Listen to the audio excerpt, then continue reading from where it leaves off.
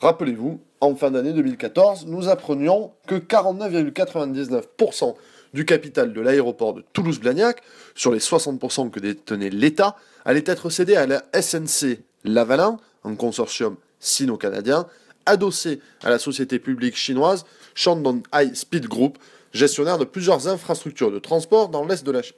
Ainsi, le sixième aéroport français passait sous gestion chinoise.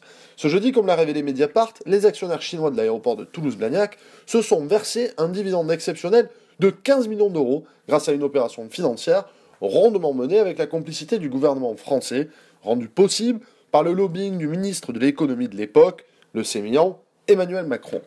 Le BBVGE, qui entend changer la vie politique française, a tout fait pour céder un aéroport rentable et stratégique, situé à quelques encablures des usines de nos fleurons nationaux de l'aéronautique, ATR et Airbus.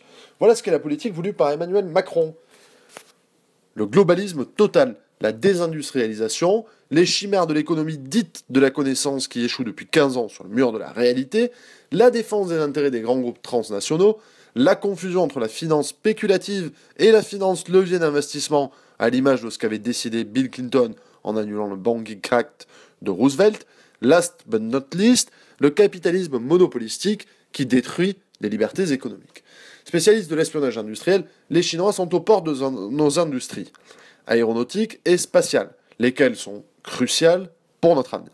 Quand les premières rumeurs de rachat avaient été divulguées dans la presse, Emmanuel Macron et ses sbires s'étaient empressés de nier, arguant qu'il ne s'agissait pas d'une privatisation, mais d'une ouverture de capital pour pérenniser la situation financière d'un aéroport qui pourtant ne montrait jusqu'alors aucun signe de fatigue. Nous savons qu'ils ont menti, privilégiant l'étranger aux collectivités publiques partenaires et aux fortunes françaises.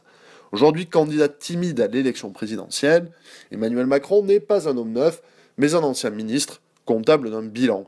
Sauvé par une image publique savamment travaillée par des communicants hors de prix, il réussit encore à faire illusion. Ne soyez pas trompés par ses discours de coach de vie, digne de l'interprétation de Tom Cruise dans le film Magnolia de Paul Thomas Anderson. Car Emmanuel Macron représente le parti de l'étranger, travaillant à faire de la France un nain économique et politique.